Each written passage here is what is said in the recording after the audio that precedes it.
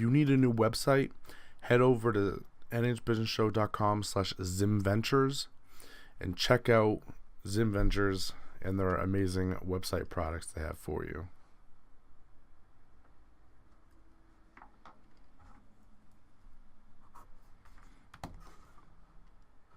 Hello everyone and welcome back to the Amateur Business Show. My name is Chris Pastrana and today I'm here with Tim Mathewson of Millennial Moving Solutions. How you doing, Tim? Good, not too bad. How are you doing? Cool. So let's get this started up a little bit since we're running a few minutes behind because of me. So let's talk a little bit about your company, kind of like the history of it, where you all started. Yeah, so Millennial Moving Solutions is pretty much an all-inclusive, local, full-service moving company. Started by my brother and I a couple months ago in New London, New Hampshire. We actually grew up in New London, which is pretty cool. But we used to run a general contracting business in Burlington, Vermont. And until recently, we've had to move back for family reasons. But then we kind of wanted to start giving back to the community with the skills that we've learned over the years up in Burlington. And so we started with Moving Company. And from there, we booked a few jobs over the last few months, and we actually kind of took most of the winter off, and then are just trying to get things going for the exterior season and the busy season this year. Yeah. That's pretty cool. So why the switch from general contracting or contracting general to moving? Yeah, so I didn't. So I'm a little bit of bouncing around with the skills that I wanted to acquire. So like we used to offer moving actually with the general contracting. I mean, it's all in the same. We're all working with houses in different communities and residential areas. But when we were doing general contracting up in Burlington, we had to hire a lot of guys to do a lot of big projects and stuff like that. And it got really chaotic really quickly. And so I didn't really want to revisit that part of my life again. So started things simple and small with a moving company. It's just my brother and I right now, and we have two other guys we actually are bringing on to get going. Yeah, I'm not sure if that answered your question, but the switch, I was more into for me personally, with the general contracting, I definitely have the experience. My dad we grew up in the house our dad built for us, and so we were pretty much on his job site since we were very little. So it's kind of something that's been around forever, and so I kind of want to branch out a little bit more and run a different business, a different service business, but then still in the same scope of area that I have expertise in. Okay. So is that why you picked moving? Because you said you work on the house a lot, but that's before, and it's just all about getting people into that dream home or that new home and helping them get to that next stage. Okay. So I'm still helping people in the residential areas, but then still in my area of expertise. Yeah, it's pretty cool. So what type of services do you guys have? Because I was checking out your website, and it's more than just moving. Yeah, so there's the typical load, unload, intrastate, so like within the state, local moves. There's also the long distance moves, like if you're going from New Hampshire to California, we'll definitely drive cross country and do that for you. And then there's the junk removal. We have a trailer that we would fill up your junk, or we could just drop it off, similar to like a drop off or pickup dump trailer, or dump.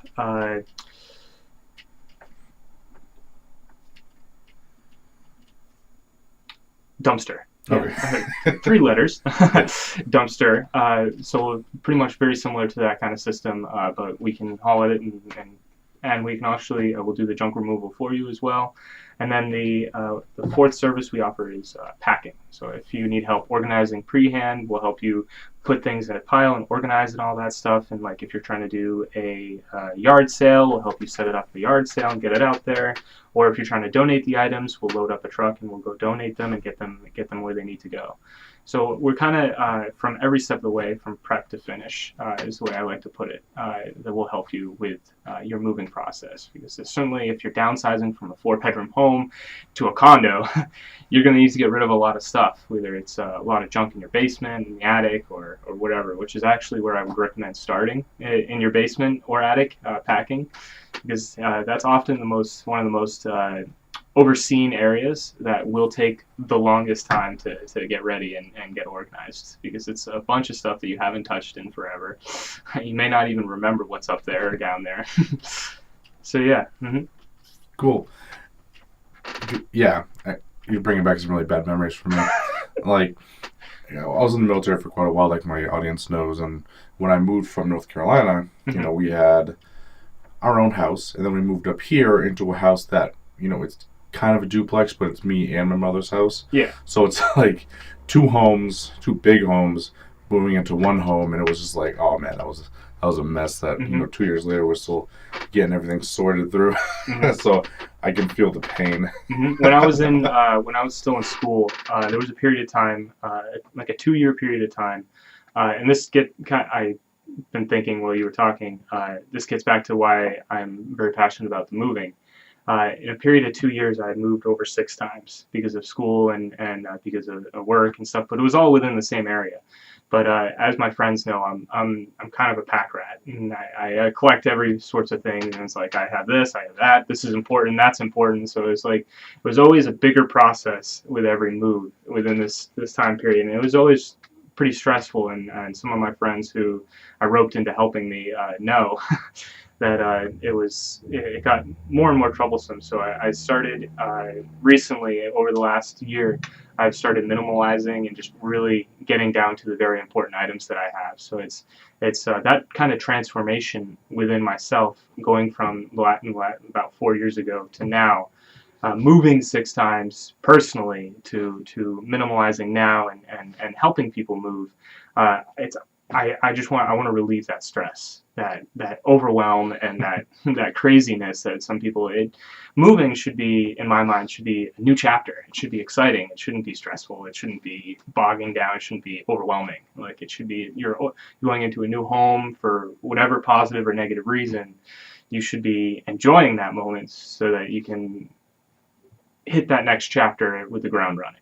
Yeah. And so that starts with moving, I think, and how you move your belongings. Yeah. And my wife is lucky she likes where we live, because, man, I love moving. I like moving to different places and all that stuff. You know, so I would be constantly moving, but, you know, she doesn't let me do that. So it's kind of funny. So, okay, so let's get into this a little bit. Because there's a couple things here I think is kind of interesting, because I've talked to moving companies kind of like this before. There's one actually in this area, but they're veteran owned, they're a franchise. So there's a difference between opening a franchise and opening a business, because the franchise has systems in place and all these things. With something like what you do, there's nothing in place. You're creating a business. So let's talk a little bit about that, because you're young, I'm assuming, with the name of your company being Millennial Moving. 24. Yeah.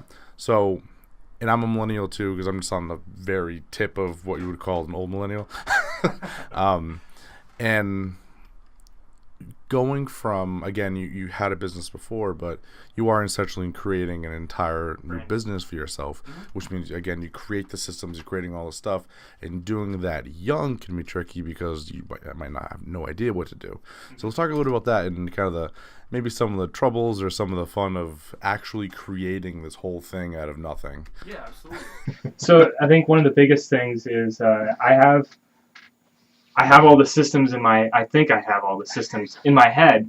One of the biggest troubles I had with the general contracting and I am ready for when it comes to this company is that I may have all the systems in my head, but it doesn't mean it's on paper, and it doesn't mean that it's easily transcribed or translated to the people working with me, or even my brother, or vice versa with what he thinks he has in his head, because we do this as a partnership. And so he's not gonna like this. He just turned 31, but I'm 24, and so we have this perfect age difference that we are completely different people, and we play on each other's strengths and weaknesses.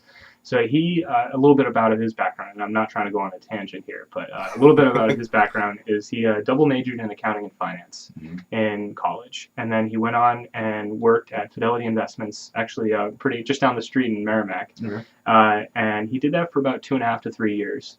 And then during that time, he actually worked enough OT, averaged 30 to 40 hours of OT each week during his 2 to 3 year span. Wow. So technically, you could say he worked there for 5 years, but and then he got his master's in finance. So the financial side and the background of the company is definitely with him, and getting that all taken care of. So the financial systems and the cash flow and all that stuff is taken care of, and with those systems. But operationally, that's where I come into play. I've always been very keen on observing other people's feelings and like what they're struggling with and what they get, and playing to their strengths.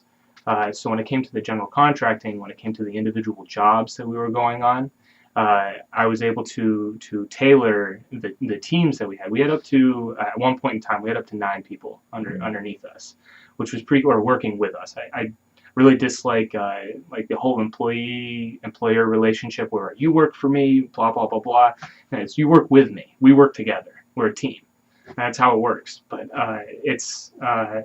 so when it comes to coming here and starting fresh, I think the biggest hurdle for me is just getting my name out there and what I'm all about. And once you learn that, I think the dominoes fall into place from there on the employee side and on the customer side as well. And I think they're two sides of the same coin, because if you can't get good employees, you're not going to be able to service good customers. I think that's extremely important. As far as the individual challenges, I am not an artistic person at all. So right now, in this business, in the general contracting and MHC, I've had to rely on a number of graphic designers and to help me brand it and get that unique look that I have in my head that I can't draw out. Yeah. So that's definitely been one of the biggest challenges for me, is to get the look that I want to represent us and to represent myself. Yeah. And it's actually cool. I'm at the last few weeks or last month or so, I've been very fortunate. I reconnected with a different part of my family that I hadn't really talked to in quite some time. So my mom's uncle, my great uncle, his grandson actually is just finishing up his first year at Indianapolis University, where he's pursuing a graphic design major, or undergrad in graphic design. So I've been talking to him quite a bit, and we're still finishing up and working on the branding for Millennial Moving Solutions right now, so which is really cool. So I'm hoping that turns into a pretty long-standing family relationship as well, but business relationship is just really cool. Yeah. Well, it sounds like you like working with your family quite a bit. Yeah. That's good. I couldn't work with my family, but that's good. And I like that because with your brother having a good finance background, I think that's important for businesses, hands down. Because as long as the money is managed well, you can deal with the growing pains of the rest of it fairly easily. Or maybe not fairly easily, but you're not going to die in debt, hopefully at the same time. You're not drowning. Yes. Yeah, so that's a good thing it's good, because one of the issues I ran into very early on in this is that I had a partner, but we're pretty similar, so it's not like we were complimenting each other at all, because she does the same thing I do, and I'm like, well, that never worked out, because I'm like, well, there's me, so I don't need 2 of that, so finding someone that would have been like your brother, a little maybe more financial or savvy on the other end would have helped out a lot, but no, I do it all myself now because I don't need him if I'm doing it all anyway. Yeah. So that's pretty good. We're definitely we've definitely had our growing pains as brothers and as partners. It's really funny. It's just the old saying, "Don't get into business with family." Yeah. We're most definitely an outlier in that regards.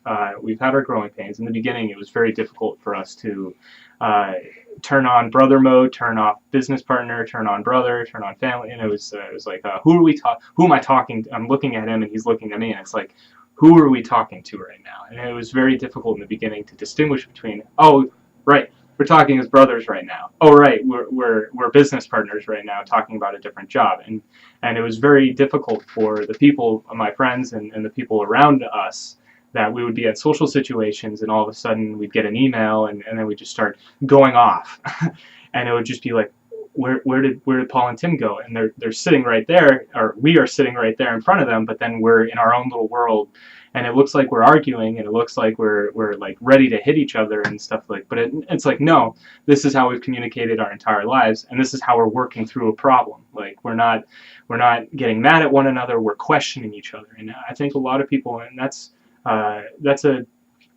taking it away from the brother thing for a second. When someone questions you, or when someone like asks you a question, it's very natural for some of us to get very, very defensive and withdrawn, and that's like, and that's really tough when you're trying to run a business, and all of a sudden you're asking these questions, and you're trying to get to the bottom of something and solve a problem to go forward in the most optimal way, and and you're getting withdrawn and defensive, and it gets tough. So we kind of got over that as soon as we could.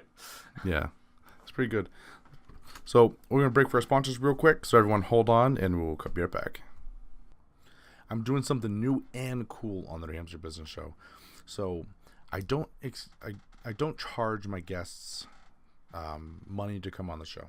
I don't. It's free. It's a free service for everybody. But if you want to bring a book recommendation, I greatly appreciate it.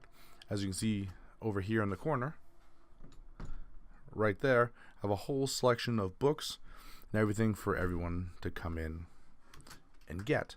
So the fun part is, these books are also available for you if you want to come in and read them. So reach out to me, nhbusinessshow@gmail.com, and we can set up a time for you to pick up a book from our library. And that way, you can borrow the books that I have here, read them, bring them back, and we can help support the community. And if you come on the show and you want to give one to a guest, or you want to bring one in for me, I can put them into the rotation as well. So bring in your favorite books, and let's help grow the New Hampshire entrepreneur community. I wanted to touch on a couple things I thought were kind of interesting from our conversation. So the first one is, do you think using, again, me being a millennial, I like asking this question, do you think using millennial paints an image in your customer's mind that might not be good? Or do you think it actually kind of helps you? It definitely segments me quite a bit. Yeah. And it definitely, some people, and I ran into this with the general contracting, showing up on an estimate. I look like this young guy. What does he know? Exactly. So we're young. We look inexperienced and stuff like that. And it definitely paints a negative picture for some people. But then at the same time, what the trick of Millennial Moving Solutions is, I'm not necessarily trying to attract just my customers with that name. I'm trying to attract the upstarts, the workhorses, the motivated individuals, the motivated millennials that will help me see this vision through of this professional moving company. And one of the biggest things that I'm very passionate about is teaching the knowledge that I know. So if I can get these qualified individuals, these qualified millennials that want a fresh start, that want to get into moving, that want to learn more about the service industry, I want to be that guy that they go to. So it's like, when I say Millennial Moving Solutions, millennials are going to be showing up most of the time. So I'm trying to attract those perfect employees that will help, that will grow with me, and then I can help grow. Yeah. And so if that helps answer your question. Yeah. And just like most questions I ask, it's a little of each side. You know, it can help. Mm-hmm. It also can't. So it depends. And then I feel like with any name, though, you are going to turn a few people off. Mm-hmm. So I mean, to play and make a decision, to make the decision of your name or your company around who you're going to turn off, I think is the wrong viewpoint. Mm-hmm. Whereas when I was in Vermont, and I don't mean to keep going back to the general contracting business, but we we attracted a lot of Vermonters that were really into helping the younger generations gain that experience that we were looking for and that we were achieving. And so when it comes to Millennial Moving Solutions, I'm trying to attract that customer that is interested in helping the younger generations and gaining them experience. I'm also, I'm not trying to play to the run-of-the-mill franchise, the run-of-the-mill business that's been here for 40 or 50 years. They're great services, they're great businesses, but I'm trying to take this industry to the next level, or to the future, and I'm trying to incorporate. I have online booking. I'm trying to incorporate as much technology as I can into my services to make it as user friendly as possible. One of the big goals I have for my website is to provide as many resources and as much knowledge as I can to help as many individuals move, whether they choose us or not. If they're going to my website to learn how to efficiently move, my goal is being just as accomplished. To me, it's not necessarily about the money at the end of the day. I want to create value, and I want to help people. And at the end of the day, that's what I'm about. Yeah, that's really good. So it's a good answer for the question. So next one I think it's interesting is we briefly talked about working with your family. Some tips for this, because this is an area where, again, like I've mentioned, it comes up quite a bit. I spoke with another individual, it was a couple weeks ago, and we talked about a good point for, when you get into businesses, when you start the business, kind of structure how you want to break the business apart as well. And that's hard when you're with a family. So kind of, I guess, tips for working with family, or how do you work through this, deal with it? Would you do it again if you had to start over and pick someone else? Stuff like that. Yeah, so just very briefly, my brother and I, Paul, we'll be in business together for the rest of our lives. Yeah. Without a doubt. I mean, we'll be involved in some sort of venture here, there, or wherever together.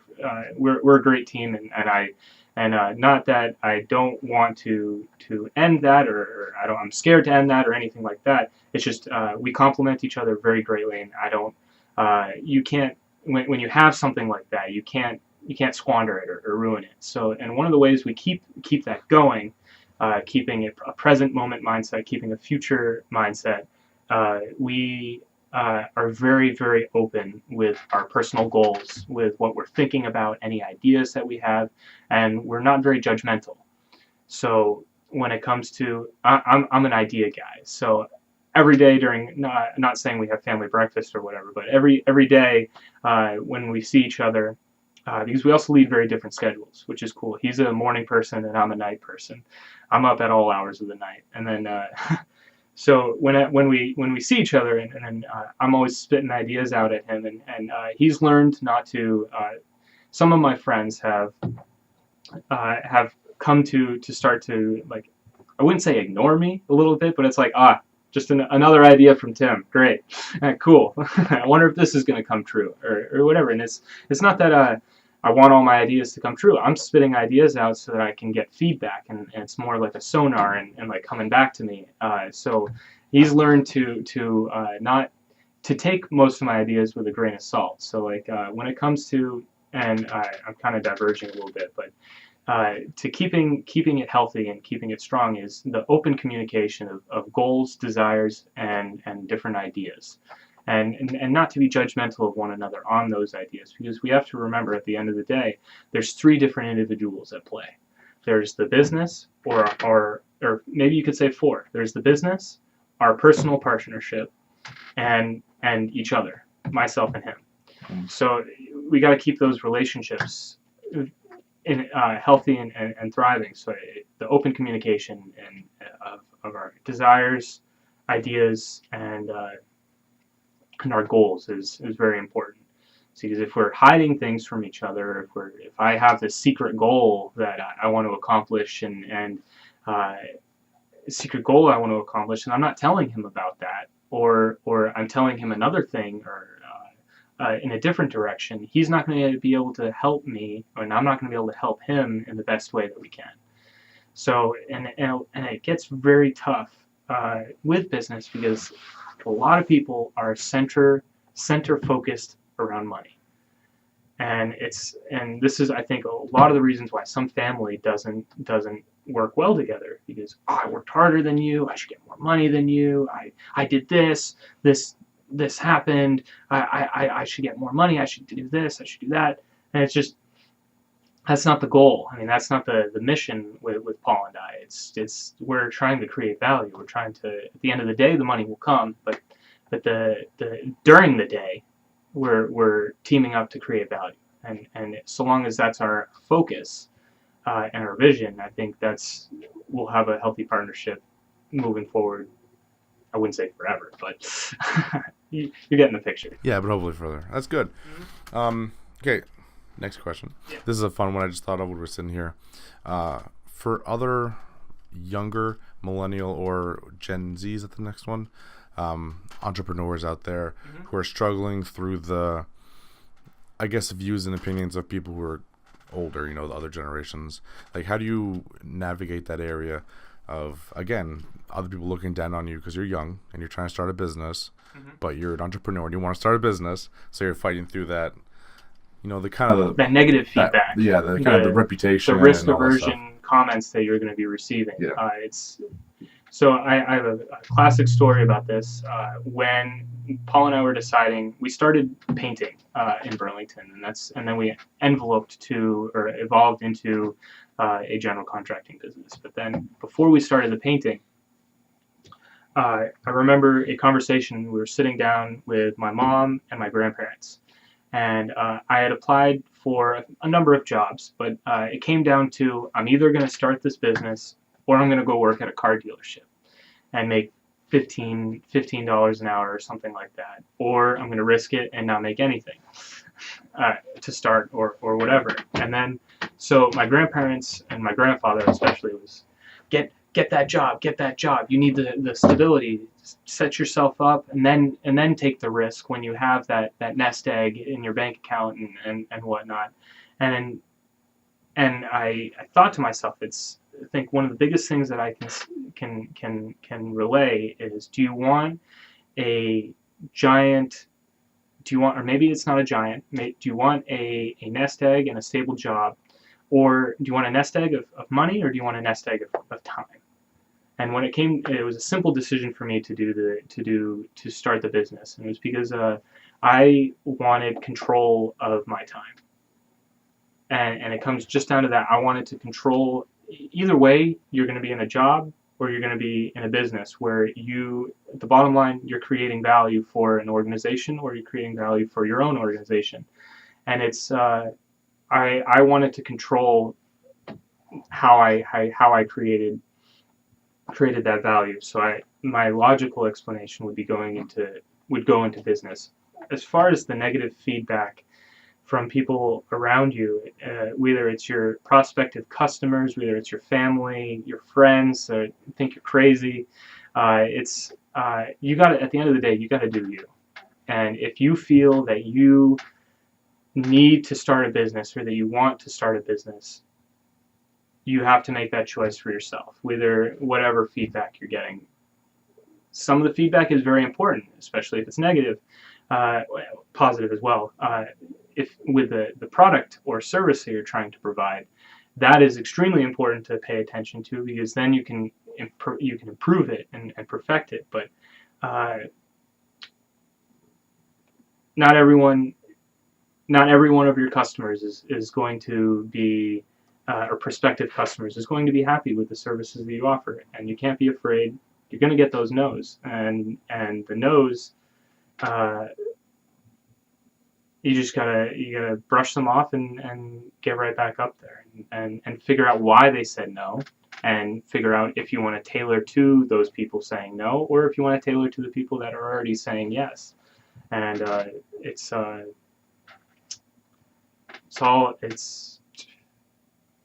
all very interesting. Yeah. Kind of lost the rest of the words that I was trying to say. I got that. It's a big question to come. Yeah. How does what's your recommendation for fixing the problem? It's like, oh God. So yeah, I got that. So anyway, kind of roll on to the last part. How do people get a hold of you? They want your services, want to reach out, contact you. They can call me at 603-491-4416. That's my personal line. It'll go directly to me. On my website, I provide free estimate forms. So then within 24 hours, I'll get back to you. Fill in your information about your move in as extreme detail as you can. And then I can get back to you within 24 hours, or my Facebook page, direct message me right on there. I'm very, as I've said earlier, I'm up most hours of the night. So when it comes to customer communication, it's all very same day. I stay up until or all of my communications are taken care of and put to bed. So then I can go to bed. So yeah, and then you can find us on Facebook at Millennial Moving Solutions, or on Twitter or Instagram on Millennial Moving, MILLENNIAL.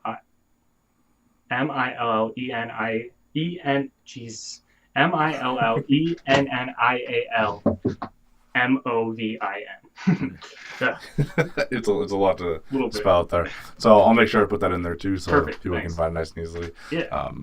Yeah, so thank you for joining me. It's actually a lot of fun. I like talking to younger entrepreneurs, because when I think millennial, I didn't age well out of the war, so people don't usually see me as a millennial because I don't look like one. But, I am. And so I like seeing young entrepreneurs doing something and making, a living for themselves. I like that a lot. Yeah. Cool. Awesome. So thank you guys so much for watching. I'm going to roll out with a word here from our sponsors. And until next time, everyone be good. Head over to nhbusinessshow.com/project quoting to get started on your 14-day free trial of the project quoting program. It's a fantastic way to help quote clients, and it's integrated into QuickBooks for even easier access on the back end. So check it out. Save yourself a bunch of money and time and hassle today.